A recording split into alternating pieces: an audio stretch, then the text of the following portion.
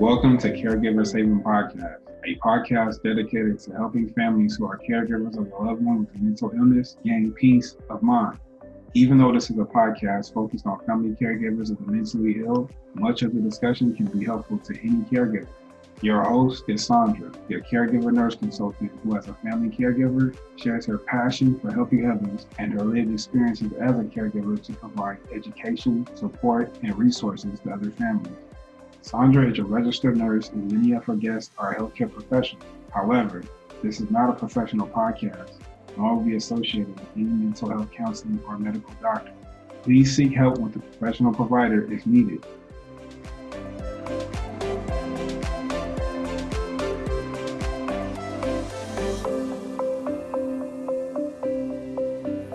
Hey caregivers, it's Sandra from Caregivers Haven. I hope you're all doing well out there, and I hope that you're all remembering to relax. I'm really excited about today's episode discussing bipolar disorder, and I have two guests here with me. And I wanted to discuss bipolar disorder because a lot of you may have heard the celebrity Kanye West. There's been a lot of talk in the media with him in the last few weeks. He allegedly has had a couple of bipolar episodes, and a lot of people, their comments, I can tell that they have misconceptions about the disorder. And so I just wanted to talk about it, hopefully to everyone out there about the disorder. And so I have Jackie, who is a family caregiver, and I have Jeff, who is a marriage and family therapist, here to help with our discussion today. So Jackie, are you there? I'm here. Thank you for inviting me, Sandra. Okay, thank you for being here. And can you introduce yourself? Yes. As Sandra said, my name is Jackie, and I am a caregiver of a family member. I prefer loved one. I have a loved one who has bipolar disorder, and I am a volunteer with NAMI, and I have taught family to family. All right, Jeff, can you introduce yourself? Hi, my name is Jeff, and I'm a licensed clinical therapist, and I treat a lot of patients or clients that have been diagnosed with bipolar. So I have quite a bit of experience dealing with different types of cases with different types of symptoms. I'm glad to be here also. Thank you both for being here. Jackie mentioned that she teaches at NAMI, and for those of you who don't know, NAMI is the National Alliance for Mental Illness. They have a lot of support for family caregivers, for those of you who don't know about it, for your loved ones and also for the families. So to get started, I just thought we can have Jeff go ahead and discuss with us what bipolar disorder is, to maybe get rid of some of those misconceptions out there. Well, in discussing bipolar, it's really a severe fluctuation of moods that someone might experience. There are several types of bipolar. Probably the least severe type would be cyclothymic, which is someone who experiences sometimes of elevated mood, and then it fluctuates and goes down into a depressive mood, and it usually lasts for long periods of time, but it isn't very significant. You'll just see at some point they seem pretty jovial and maybe a little bit out of what would be a comfort zone, but then they can go from that to feeling pretty depressed. The overall idea of bipolar means you're going from the North Pole to the South Pole, so it means you're extremely ecstatic 1 minute, and then that can change and you go all the way down into severe depression. And that doesn't necessarily happen overnight or in a day or in a week, but it's an extended period of time where you stay at one end or the other.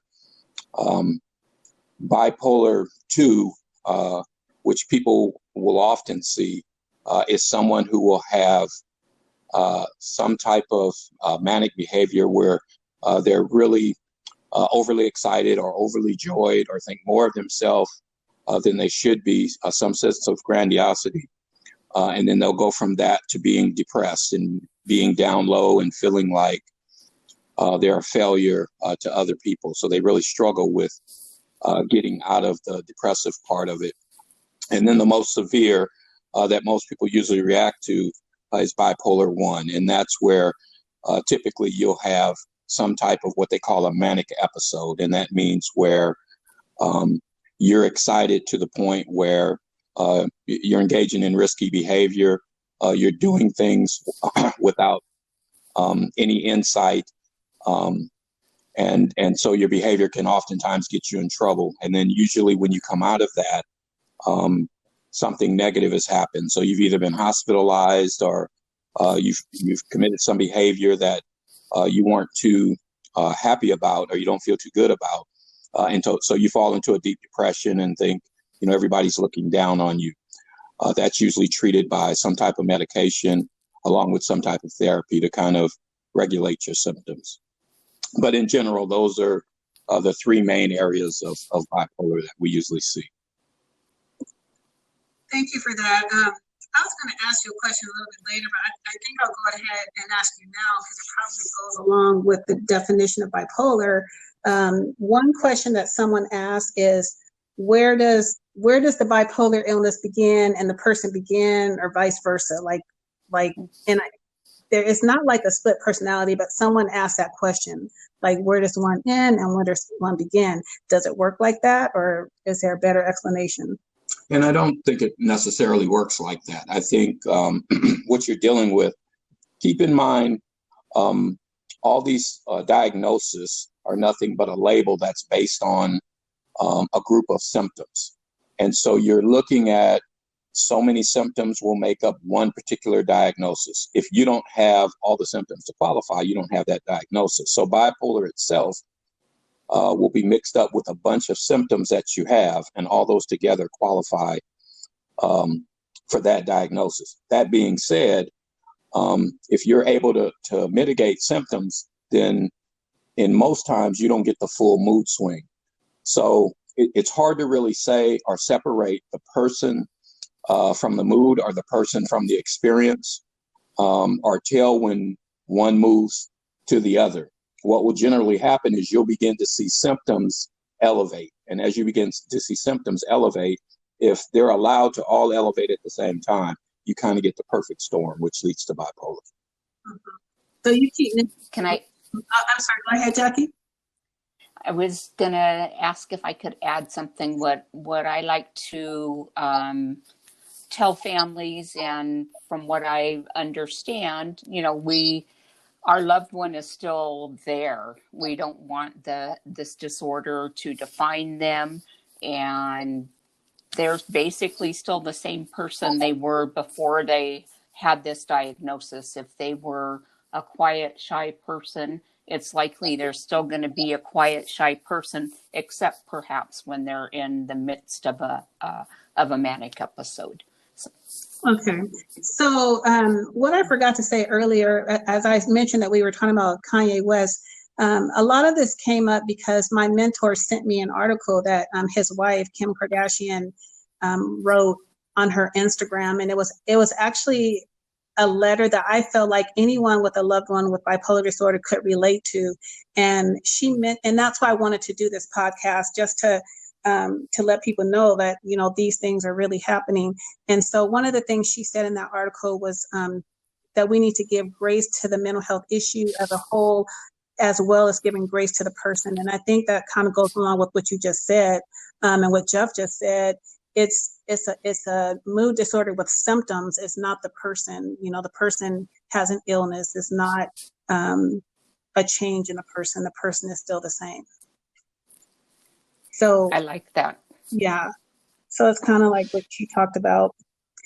So the next thing I want to talk about, going along with all of that, is so we have the definition of bipolar disorder, and as Jeff said, you can swing from a manic episode to a depressed episode. And so I don't know if people out there are wondering. I would wonder, if I didn't already know, why is it hard to get someone experiencing that to the hospital? And there are a couple of reasons for that. And I just wanted to quickly talk about the history of getting someone committed.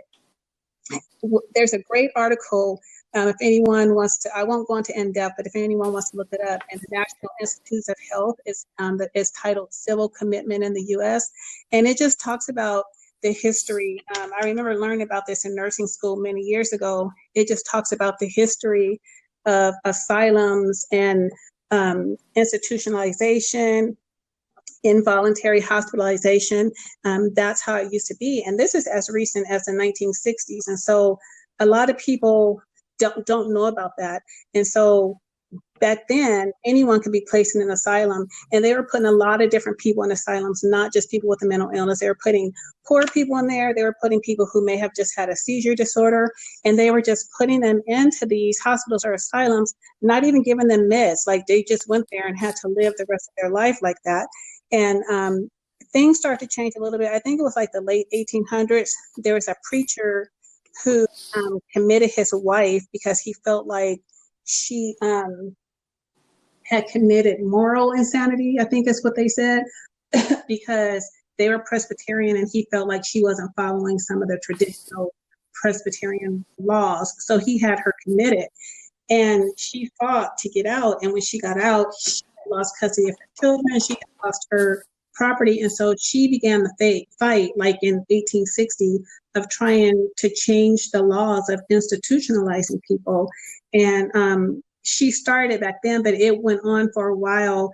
And I mean, like, it was all the way to the 1960s, but before anything got changed. And a lot of things happened, a lot of factors happened. But prior to that, in 1950, there were like 500,000 people committed in these institutions who were involuntarily hospitalized, most of them. And it was really terrible. But in 1963, JFK signed the Community Mental Health Centers Act, and that began deinstitutionalization. And so from 1950 to the 1990s, the number of people went from 550,000 to 30,000. But, you know, I mean, I know for a lot of people who are young, 1960 may seem like a long time ago, but that's really very recent for us to still have that type of law where people didn't have any rights. And so the problem is that we went from one extreme to the other. We went from the extreme of having asylums and involuntary hospitalizations to now, the other extreme of sometimes we can't get help for someone who truly needs to be hospitalized. And, we need to fix that. I don't know what the answer is, because a lot of times in order to find balance, you get into that gray area. And a lot of times it's hard to define the gray area and define, that middle ground, but we do still need to work on that. And so that's one of the reasons why it's hard to get someone committed. And then, Jackie, can you go a little bit deeper as far as the patient rights, why it's hard to get someone committed, yes. And also we have to remember that when the laws were changed, they were primarily civil rights laws. They're not mental health laws. And in California, that's true.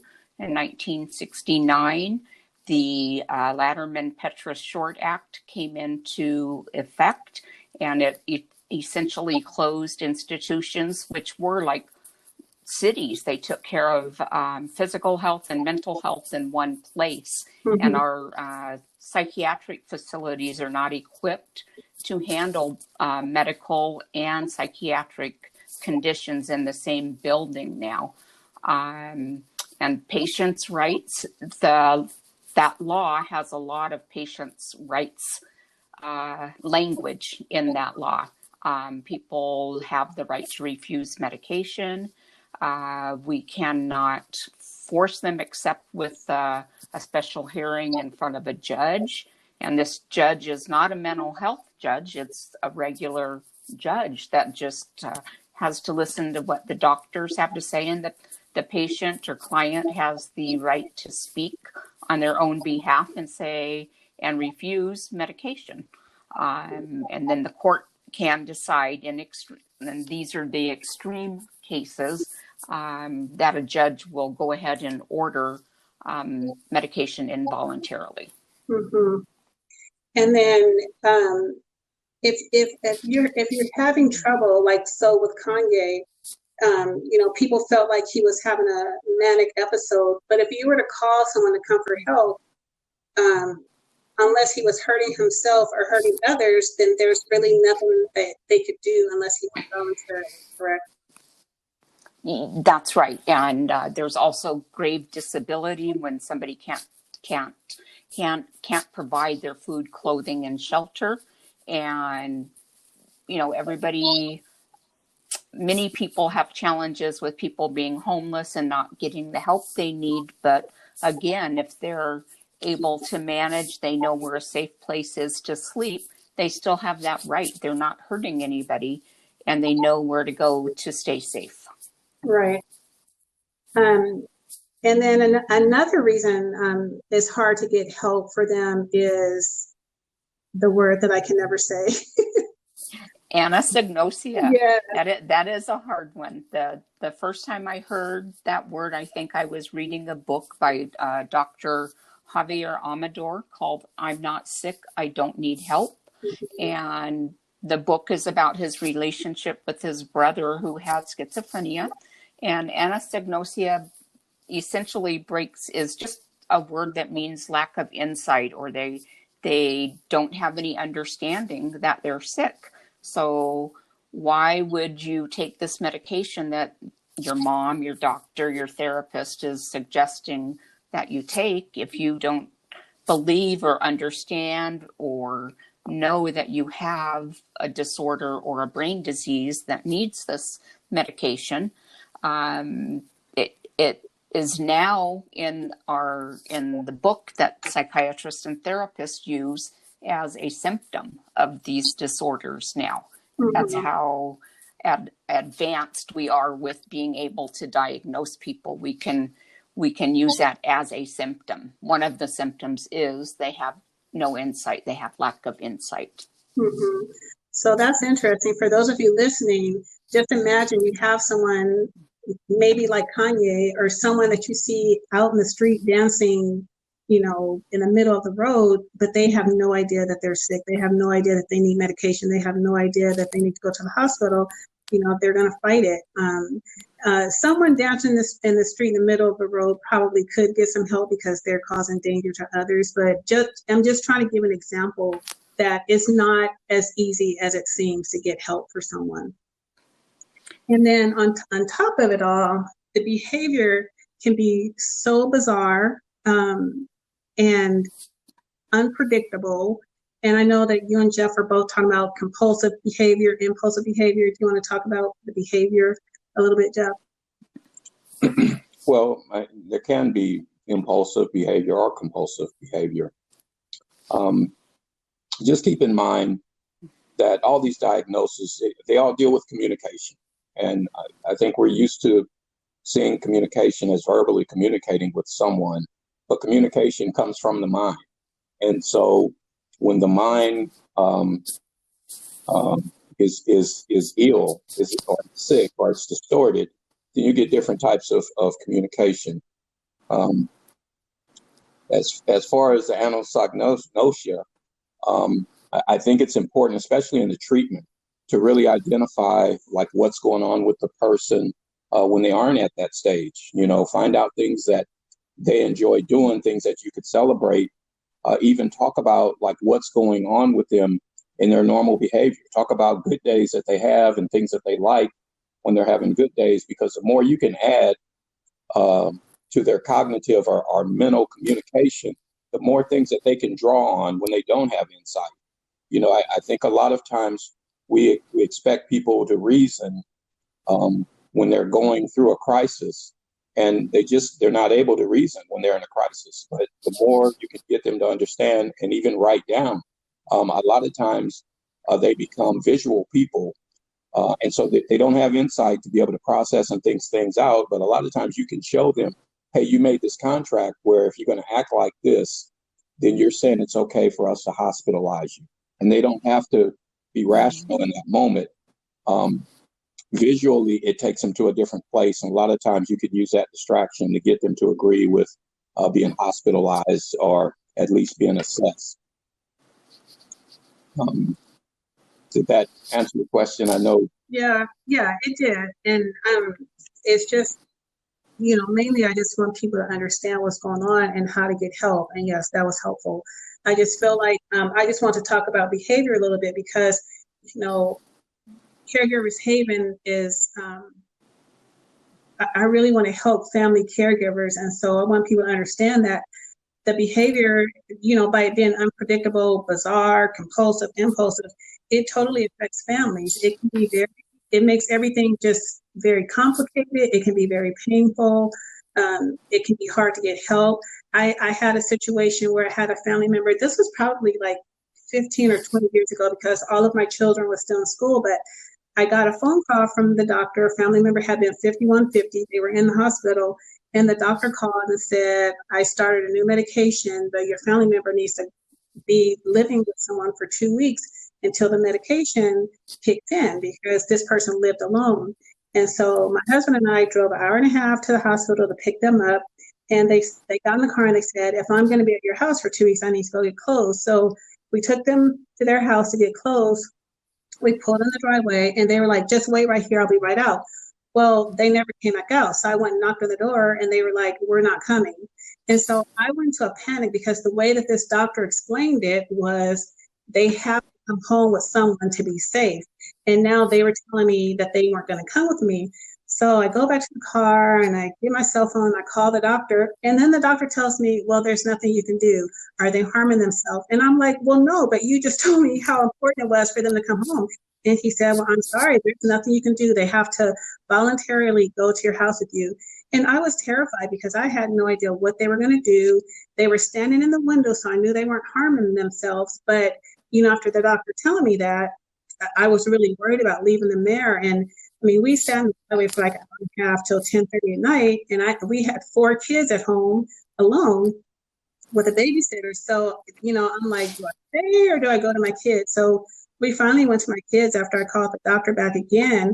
And it turned out that a few days later, they decided to come home with us. But in that moment, I was in a very scary, complicated, painful situation because I couldn't get them to come home with us after the doctor told me how important it was. And so this is just one small scenario of what families go through, trying to help their families and trying to get help for them, and then getting stuck because of the mental health laws that if they're not harming themselves or others, you can't get help. And the doctor even told me, he goes, if you call the cops, there's nothing you can do because they're not harming themselves. And so it can be very difficult for families.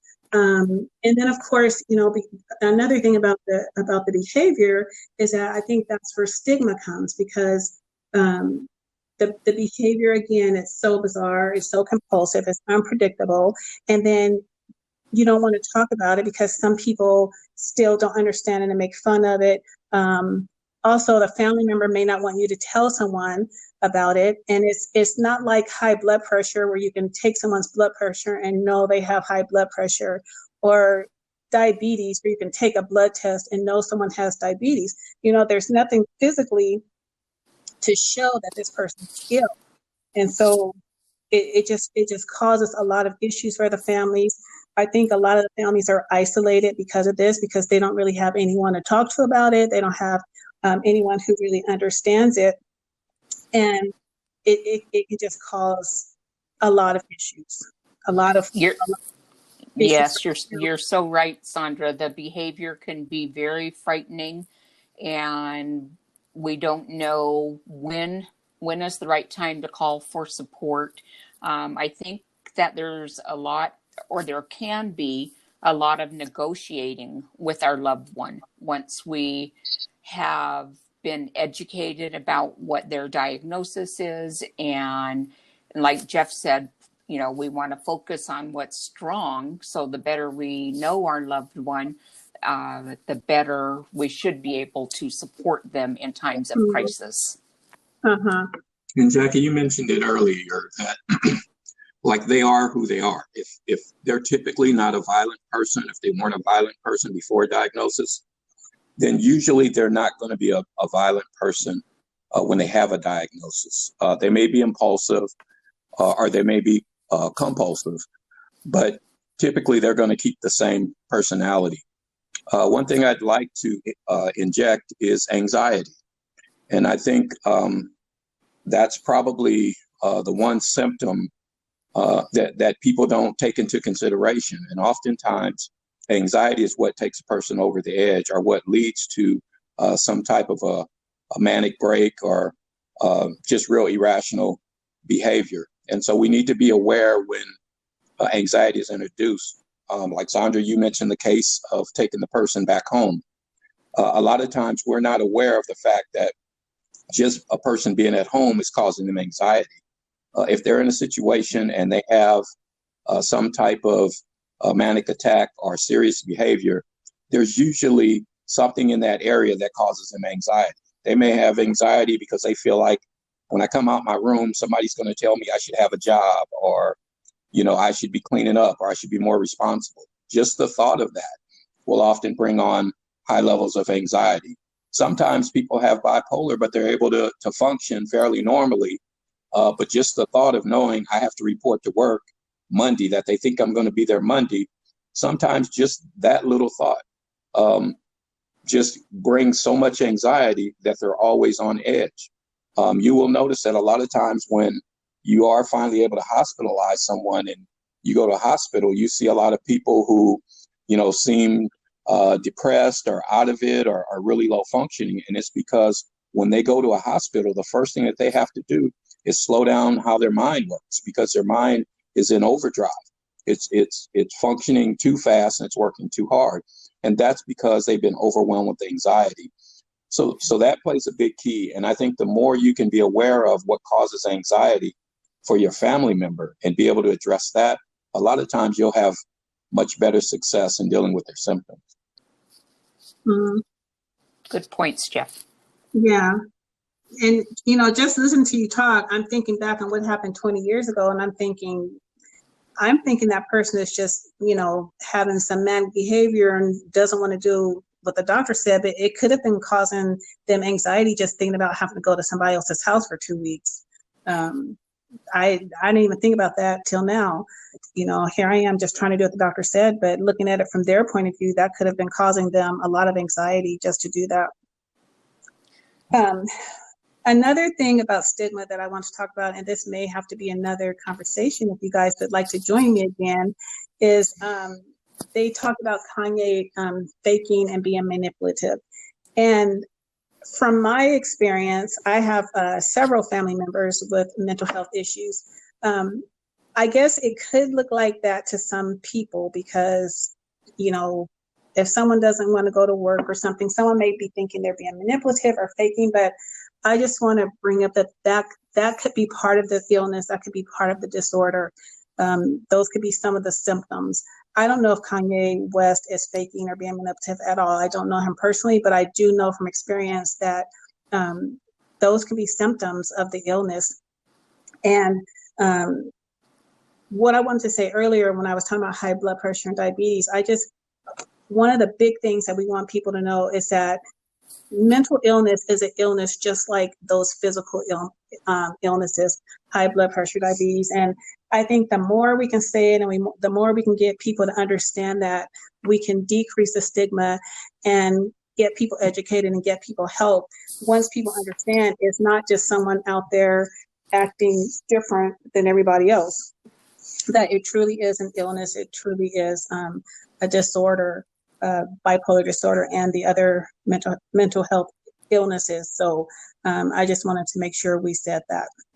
Yes, I can remember when my loved one was pre-diagnosis, and some family members thought he was just being uncooperative, lazy.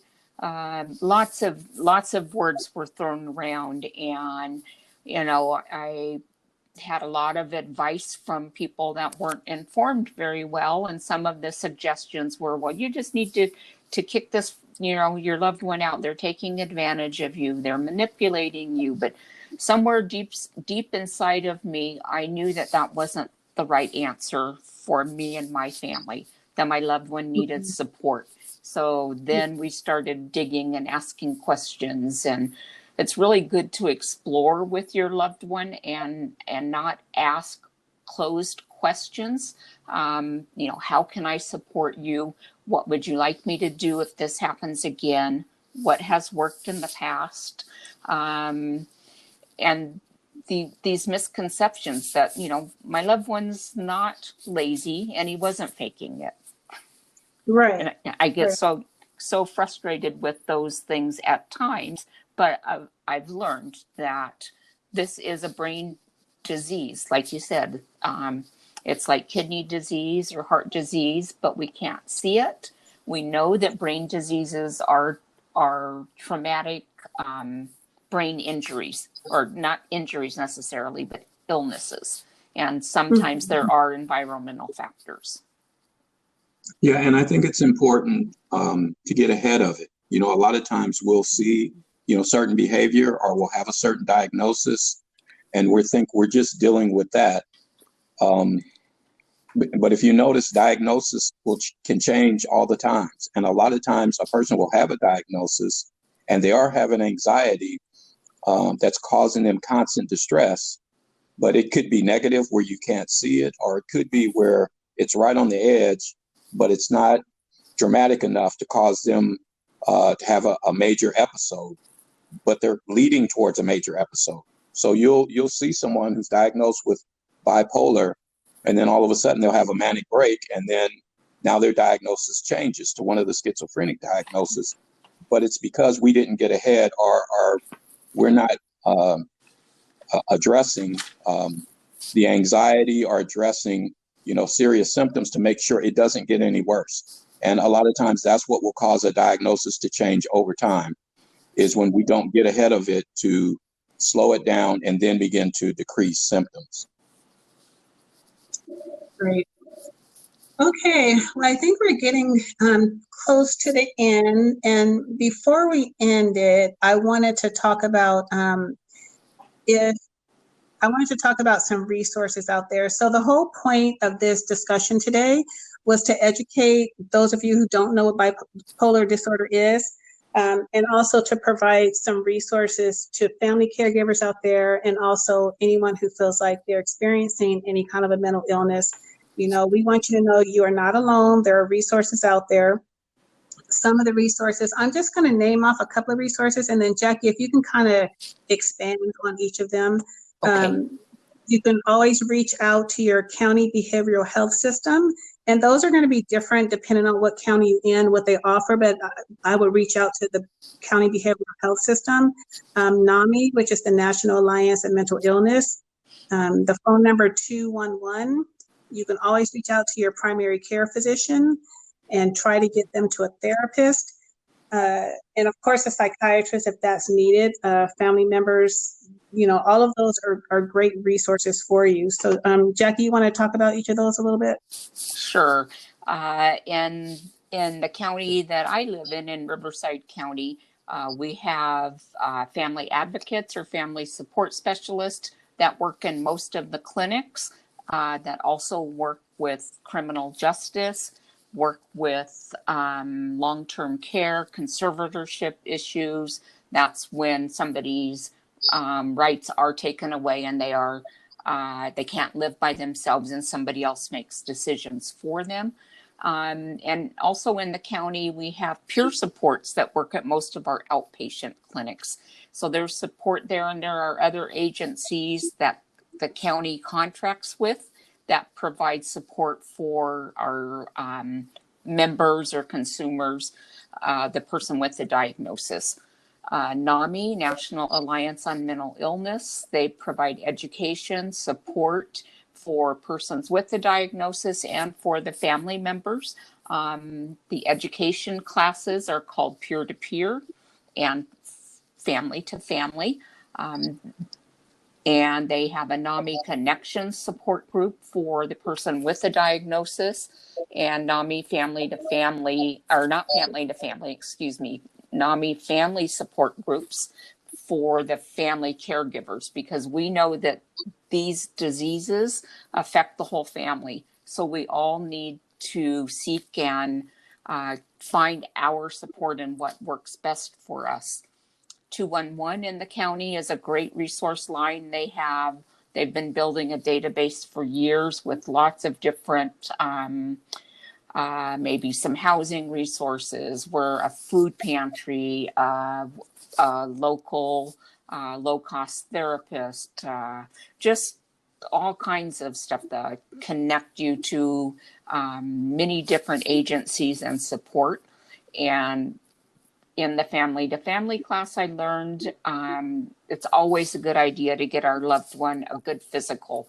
And that might be where that initial referral for additional support comes from the primary care physician. Maybe during their examination, they'll say, well, I think maybe, we should get an assessment or an evaluation from somebody else.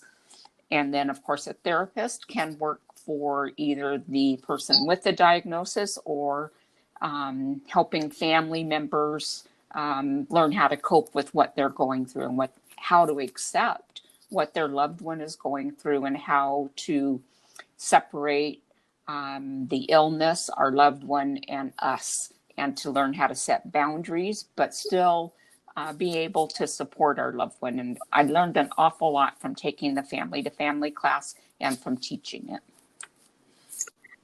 Thank you, Jackie. That was great. I learned a lot from family to family also. And, I thought as a registered nurse that I knew a lot, but after taking that class from a family member point of view, it was awesome. I learned so much. I actually want to take it again because there's just so much information in there to absorb. I really enjoyed it. And I just want to let you guys know, when Jackie talks about peer-to-peer, that's a class for for your loved one who has a mental illness. And then the family-to-family is for the family members. And then 211 is a number that you dial just like 911, where they have all the resources that Jackie mentioned. And then Jeff, did you have any closing thoughts? I just think, again, it kind of goes back to the more understanding and the more education you can get about addressing the illness and understanding symptoms, the better prepared you'll be. I've had a lot of experience with NAMI, with the family to family and peer to peer, and those are excellent classes. If you're out there and you're not really understanding what you're up against, or you're kind of struggling, going through the process of caring for someone and having responsibilities, it really gives you, it pays to set aside the time to go through one of those classes and get some experience and get some education on the things that you're dealing with every day. But I would just encourage the families to, try to do the most work on good days. Like, try not to be so caught up in struggling through the difficult days. Try to get as much information, as much insight. Try to help them develop positive communication within their mind on the good days, and those days will save you on the bad days. I like that. I do too. That's good information, Jeff. Go ahead. Oh, I forgot to mention that the county offers family support groups for all you caregivers and supporters, and they have some peer support groups also. Of course, during COVID-19, they're a little less accessible, but we should be having some available through Zoom soon. Great. Yeah, I'm waiting around for that. Me too. Thank you so much for inviting me, Sandra. I appreciate it. I appreciate you being on here, Jeff. Thank you so much. And I really hope people listen to this. If Jeff and Jackie, if you can share it to your family, any family support members that you know of, because I think this was some awesome information, and I think it can help a lot of people out there. Thank you so much. Thank you. All right. Thank you. Bye-bye.